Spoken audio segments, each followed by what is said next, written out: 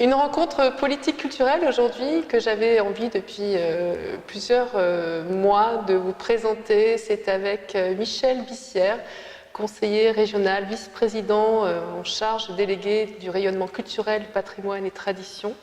Bonjour Michel Bissière. Bonjour. Merci d'avoir accepté cette interview. C'est vrai que ça faisait un petit moment qu'on avait envie de programmer cette rencontre pour parler de culture autour de la région Provence-Alpes-Côte d'Azur, dont vous êtes vice-président, je le disais, rayonnement culturel, patrimoine et tradition. C'est ça. Vous avez été également nommé récemment par le président Renaud Muselier, délégué à la création artistique. Absolument. Vous nous expliquerez un petit peu de quoi il s'agit tout à l'heure. Mais tout d'abord, j'avais envie de vous poser cette question peut-être un peu plus personnelle, puisque vous avez choisi de faire cette interview à la Maison Jean Vilar à Avignon. Pourquoi ? Pourquoi la Maison Jean Vilar ? Parce que je cherchais à la fois un lieu qui symbolise le passé, mais qui soit tourné vers l'avenir. Et c'est vrai que c'est cette structure, dans le cœur d'Avignon, en face de la mairie, malheureusement relativement assez méconnue des Avignonnais, des Vauclusiens et des habitants de notre région, a la chance d'avoir deux structures en un même lieu. Une association, l'association Jean Vilar, qui essaie de développer, de maintenir la mémoire de Jean Vilar et de Gérard Philipe, puisque les deux sont bien souvent associés. Et puis au dernier étage, une antenne de la BNF, de la Bibliothèque nationale de France. Je crois que c'est la seule en France et en province. Donc ce sont deux structures qui, dans ce même bâtiment, représentent la culture, le passé et l'avenir. Donc quand on en a parlé il y a quelques jours, qu'on m'a dit où est-ce qu'on pourrait se rencontrer, plutôt qu'un bureau classique où on aurait été face à face, j'ai trouvé que ce lieu, même si ce n'est pas l'idéal aujourd'hui parce qu'il y a des travaux de rénovation, de modernisation et un souhait de la nouvelle équipe de le faire vivre de façon différente, c'était un symbole et je pense que ça pouvait être un symbole à la fois de culture, de théâtre, de spectacle vivant. Voilà pourquoi je vous ai proposé cet endroit. Symbole de culture aussi dans un lieu qui vous passionne, Avignon ? Vous êtes Je suis avignonnais. J'ai été élu j'ai fait 3 mandats à la mairie d'Avignon, je n'y suis plus, je suis à la région, mais même de la région, je reste un avignonnais. Donc j'essaie de défendre Avignon, les dossiers d'Avignon, et puis j'essaie de Marseille, lorsque je suis en commission, en réunion, en commission ou en comité de pilotage, de maintenir un lien très étroit avec Avignon et avec la culture Avignon. La culture Avignon, qui est aussi symbolique par rapport à son festival, mais autre, comment pourriez-vous définir la culture au sein du département du Vaucluse, mais aussi peut-être dans un contexte beaucoup plus régional, qui est la Provence ? Alors Avignon, on va commencer par Avignon. Avignon, c'est le festival, c'est le plus grand festival au monde de théâtre. Certains le comparent à Édimbourg, mais c'est pas vraiment la même chose parce que Édimbourg c'est un théâtre beaucoup plus diversifié, alors que nous c'est vraiment un festival de spectacle vivant. Mais ce n'est pas que ça, ce n'est pas que le festival. La culture Avignon, ce sont des compagnies permanentes, ce sont des activités avec des disciplines autour de la danse. Les arts plastiques, les arts modernes et la collection Lambert, le théâtre-opéra, bon, même si maintenant, comme la Maison Jean Vilar, il est en travaux, donc il a déménagé pendant quelques mois. Mais en fait, c'est une culture assez variée, avec plusieurs disciplines. Donc Avignon, c'est une petite ville, parce que n'oublions pas, 95 000 habitants, mais c'est une vitrine du spectacle vivant, du théâtre et de la culture, dans le département de Vaucluse, dans la région et dans la France. Après, c'est vrai que le Vaucluse, plus largement, c'est une terre de festival. On parle d'Avignon, il y a Orange, il y a Vaison-la-Romaine, il y a des villes comme ça, auxquelles le nom de la ville est associé systématiquement, dans l'esprit des gens, à une manifestation culturelle, un spectacle, un festival, voilà. Donc vraiment, Vaucluse, terre de culture. Et puis la région Provence-Alpes-Côte d'Azur, c'est de la vitrine, je pense, au niveau national et au niveau international. J'ai parlé des villes départementales, mais Arles, ses photos, Aix, son théâtre, son festival lyrique, Cannes, le cinéma. Voilà. Donc il y a beaucoup de choses qui se font sur la région Provence-Alpes-Côte d'Azur, sur les 6 départements, des manifestations qui sont plus connues que d'autres. Mais à notre niveau, nous, les élus régionaux, et plus particulièrement ceux qui ont en charge la culture, on essaie de maintenir ce qui se fait, de maintenir les traditions, de développer les festivals et développer les activités. C'est pas toujours évident parce que Pour la culture, comme les autres disciplines, comme les autres départements, il y a des problèmes financiers, vous le savez, vous devez en entendre parler, mais on essaie de faire avec ce qu'on a au mieux. Est-ce que vous avez une idée de retombées économiques sur le terme régional, Provence-Alpes-Côte d'Azur, concernant la culture? En chiffres, je ne pourrais pas vous le donner, mais effectivement, on dit pour Avignon, puisque j'étais assez impliqué dans la vie culturelle avignonnaise, que quand on injectait les pouvoirs publics, les financeurs publics injectaient 1 euro dans le festival, ça faisait à peu près 7 à 8 euros en retombées économiques. Donc je pense que c'est à peu près ça. C'est la moyenne. Voilà, hein, c'est entre 8, certaines disent 10 selon les endroits, selon les manifestations, mais voilà, il faut à peu près multiplier par 10 les retombées économiques sur l'ensemble du territoire. Alors, quelle est votre mission justement dans cette délégation qui vous est propre en premier lieu, donc le rayonnement culturel, patrimoine et tradition? Tradition. C'est très vaste, je vais vous expliquer en quelques minutes. On fait beaucoup de choses en fait. On est très sollicité par les gens qui ont déjà des actions, des dispositifs qui existent et qui veulent le multiplier, le poursuivre dans l'espace et dans le temps. Ça, c'est une chose. Donc, on est en contact avec beaucoup d'associations. On est en contact aussi avec des associations qui ont des projets. Alors, on les écoute parce que, toujours problème financier, c'est pas toujours évident d'apporter des solutions positives à chacune et à chacun. Et puis, on est à l'écoute des uns et des autres pour savoir, dans les disciplines dont je vous ai parlé tout à l'heure, spectacle vivant, la danse, les arts plastiques, la musique, comment on peut mettre en avant notre patrimoine culturel pour faire de région Provence-Alpes-Côte d'Azur une des régions leaders en termes de culture. C'est plutôt rejoindre l'aspect tourisme culturel aussi, tourisme patrimoine culturel? Tourisme culturel, patrimoine culturel et puis développement économique. Les trois sont liés, je crois. Et puis c'est notre nécessité parce qu'on habite une région qui est bien placée, qui donne envie. C'est la seconde région visitée en France après l'Île-de-France. C'est vrai que quand on parle de Provence, Alpes, Côte d'Azur, à travers l'Europe, à travers le monde, pour ceux qui connaissent bien sûr notre région, ça fait envie, ça donne envie. Donc les gens ont envie de venir et progressivement, je pense que les gens associent systématiquement au fait que nous soyons au bord de la Méditerranée, que nous soyons dans une région plus ensoleillée que d'autres. Il y a des manifestations culturelles qui deviennent incontournables, d'où ce que je vous disais, le développement économique, ce qui correspond à notre souhait, nous, d'essayer de manifester un maximum de choses pour défendre l'emploi, pour développer le développement économique. C'est de nos challenges, donc on s'appuie là-dessus. Et comment la région accompagne-t-elle ces structures culturelles? Financièrement, c'est essentiel. Je vois que les 4/5e des gens qui viennent nous solliciter, c'est pour avoir des aides financières. Donc ça, c'est la priorité. Mais pas que ça, parce que on essaie d'orienter les gens, on essaie de développer les partenariats, on essaie d'aiguiller les porteurs de projets. C'est pas toujours évident, c'est pas toujours gagné d'avance, mais ça fait partie de notre mission aussi.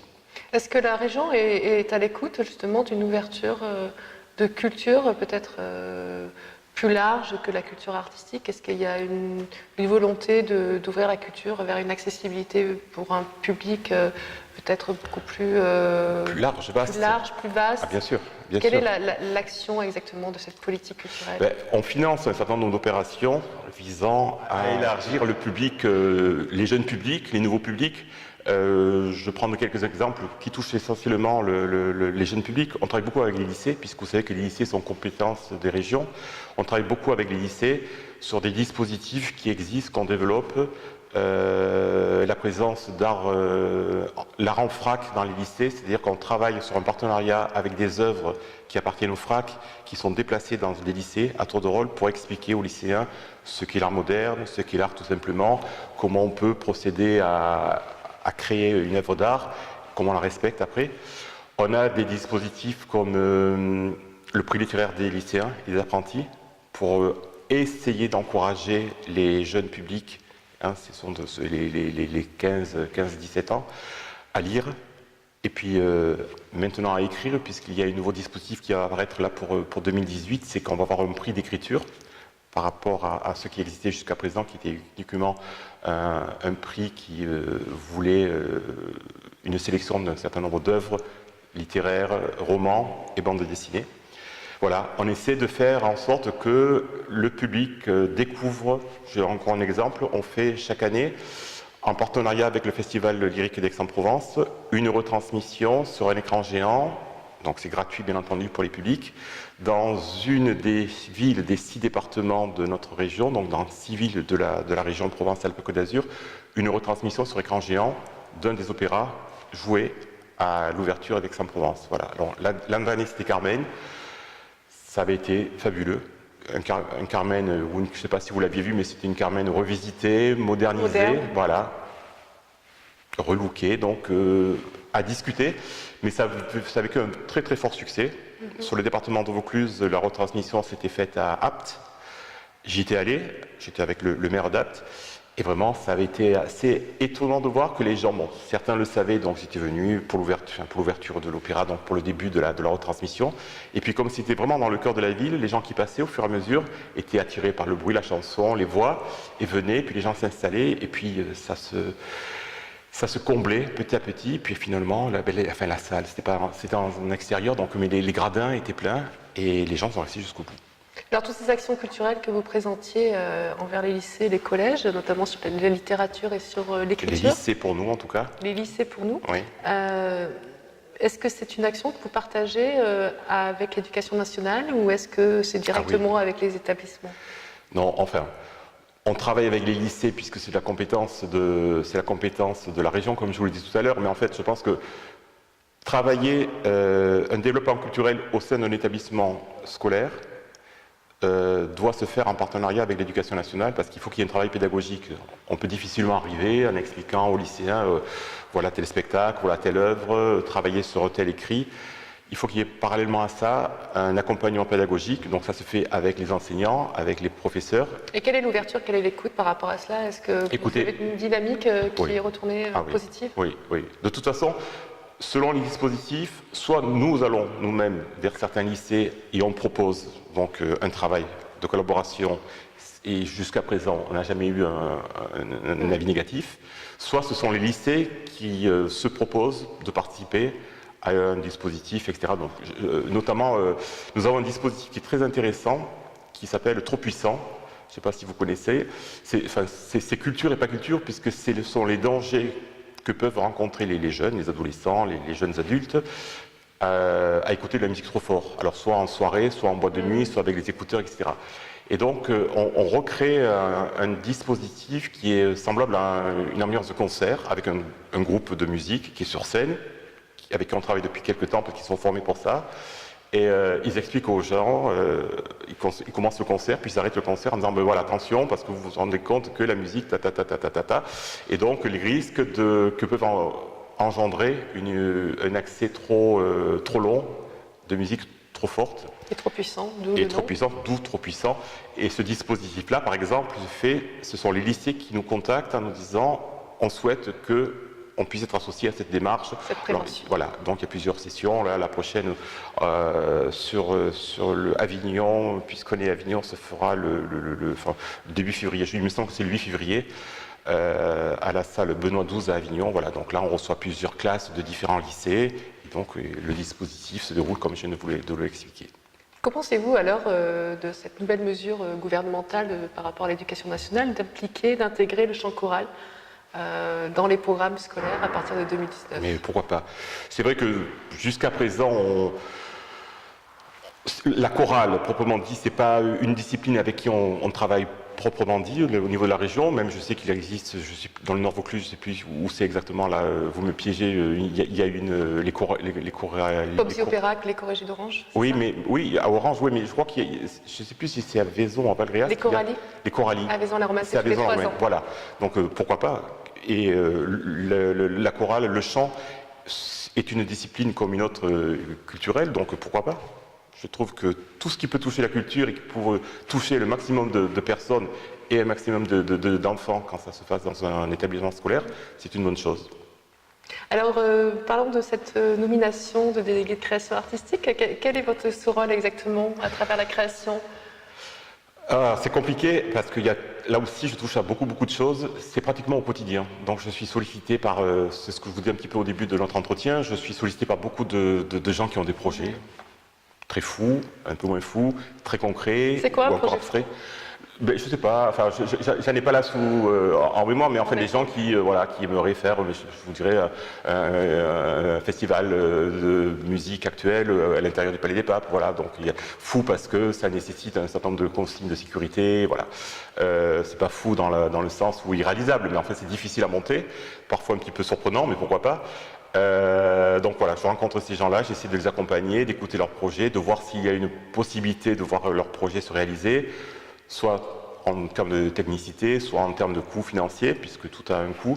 Et donc je rencontre beaucoup de gens, je rencontre des gens qui ont des actions, des dispositifs qui existent actuellement, qui rencontrent des difficultés, donc ils viennent me solliciter parce qu'ils n'arrivent plus à joindre les deux bouts, donc ils aimeraient que la région les accompagne un peu mieux, un peu plus. Ça me permet de rencontrer des gens hyper intéressant, ça me permet de découvrir des lieux passionnants. Je vais vous prendre un exemple, on est dans le Vaucluse, on va quitter Avignon, on va rester dans le Vaucluse. Je suis allé il y a de ça 3 semaines, un mois à peu près, dans un lieu que je ne connaissais pas, pourtant c'est pas très loin d'Avignon, c'est à Entraigues, ça s'appelle La Courroie, et c'est un lieu magique. Vous connaissez? Oui. C'est extraordinaire, voilà. Et donc j'ai rencontré les deux personnes, les deux dames qui ont en charge ce lieu, la programmation de ce qui s'y fait, c'est un lieu de résidence aussi, et qui m'a expliqué qu'elles sont parties de pas grand-chose et qu'avec leur volonté et leurs 4 mains pratiquement, elles ont tout monté. Et la région, qui avait hésité à un moment la poursuite de soutien financier, va repartir à leur côté parce que je pense que voilà, ça fait partie des choses qui méritent d'être soutenues, appuyées et qu'on poursuive ensemble ce projet-là. Et le soutien se fait aussi, pour mieux comprendre, vous parlez donc de reconduire ce soutien financier parce que vous les avez rencontrés. Est-ce que ça fait partie de vos coups de cœur ou est-ce que ça fait partie d'un état d'esprit de la région pour être vraiment clair? Là, je vous parle de cet exemple parce que vraiment c'est quelque chose qui m'a vraiment beaucoup plu, qui m'a même surpris parce que j'imaginais pas, je suis allé un dimanche matin et je crois qu'on était 400 à assister à un concert de jazz gitan. Voilà, quand j'y suis allé, je me suis dit, bon, ça peut être sympa. Et quand je suis arrivé sur le parking, que j'ai vu le nombre de voitures, je me suis demandé si tout le monde était à ce spectacle-là, et c'était le cas. Donc ça a été un coup de cœur, mais Dieu merci, ce n'est pas uniquement parce que l'élu flash sur une discipline, un lieu ou une équipe qu'on va financer. Non, je travaille avec une équipe de techniciens qui est beaucoup plus carré, si vous me permettrez, donc qui a l'habitude de savoir les projets, de connaître en amont ce qui peut être réalisable ou ce qui ne peut pas, et les lieux qui peuvent voir un projet aboutir. Voilà. Donc il y a un peu les deux.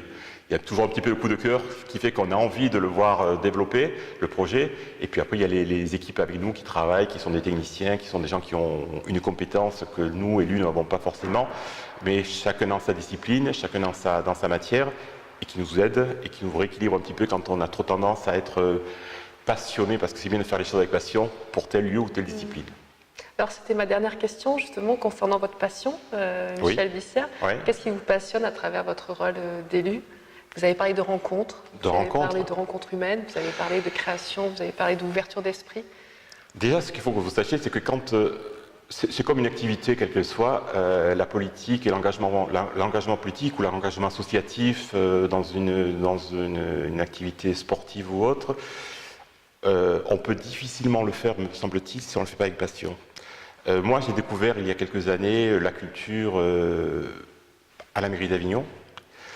Je m'y suis senti bien parce que j'ai rencontré des gens passionnés, parce que j'ai rencontré des gens qui avaient envie de montrer aux autres certaines façons de vivre, qui avaient envie de faire découvrir à d'autres publics ce qu'est une pièce de théâtre, ce qu'est un roman, ce qu'est une production autour de la danse. Et je m'y suis impliqué de plus en plus, et je me suis fait quelques amis, même parce que je pense qu'avec le temps, maintenant j'ai de vrais amis dans le milieu culturel avignonnais. Et c'est cette volonté de pouvoir voir aboutir des projets, de pouvoir développer des goûts, des passions, des envies de faire de la musique, de jouer une pièce de théâtre, de créer à partir de terre un buste. Voilà, c'est toutes ces choses qui ont fait que je me sens très bien dans ce que je fais. Il y a les relations humaines dont vous avez parlé qui sont aussi très importantes. Mais moi, ce qui me plaît vraiment, c'est de partir de pas grand-chose pour voir arriver au bout de quelques semaines, quelques mois, la réalisation d'un projet qui se fera, si c'est un spectacle, devant une scène avec un public vaste, large, varié. Et c'est ce qui me motive, c'est ce qui me permet d'avancer et d'y consacrer tout le temps que j'y consacre. Est-ce que cela a changé votre regard que vous auriez pu avoir au début lorsque vous avez commencé? Oui. Oui. Oui, parce que, comme tout le monde, quand j'ai commencé, je n'avais pas une connaissance de tout ce qui pouvait se faire dans toutes ces disciplines. J'ai découvert des choses que je connaissais mal, ou peu, ou pas. Et j'ai pris goût, le rap. J'étais pas tellement fan de rap. Et puis j'ai rencontré des jeunes qui font du rap, qui écrivent qui écrivent du rap, qui jouent du rap, qui chantent du rap, qui dansent du rap, qui vivent du rap. Et avec le temps, en expliquant, vous savez, c'est un petit peu, je me souviens quand j'étais au collège, on avait fait une étude sur Guernica de Picasso. Et quand on le regarde, on peut, voilà, on le regarde, c'est l'art moderne, l'art abstrait, et avec l'explication, on vous dit, vous voyez, ça peut représenter ça, ce sont les avions qui arrivaient, ça, ce sont les gens qui hurlent. Mais là, c'est un peu pareil. Quand on nous explique, on redécouvre des disciplines, on découvre des choses qu'on n'a pas au fond de nous. Et ça m'a fait changer, ça m'a fait évoluer, ça m'a fait apprendre et à apprécier un certain nombre de choses. Merci beaucoup, Michel Bissière. Merci à vous et puis Merci. à votre disposition pour continuer notre foi. Merci infiniment. À bientôt. À bientôt.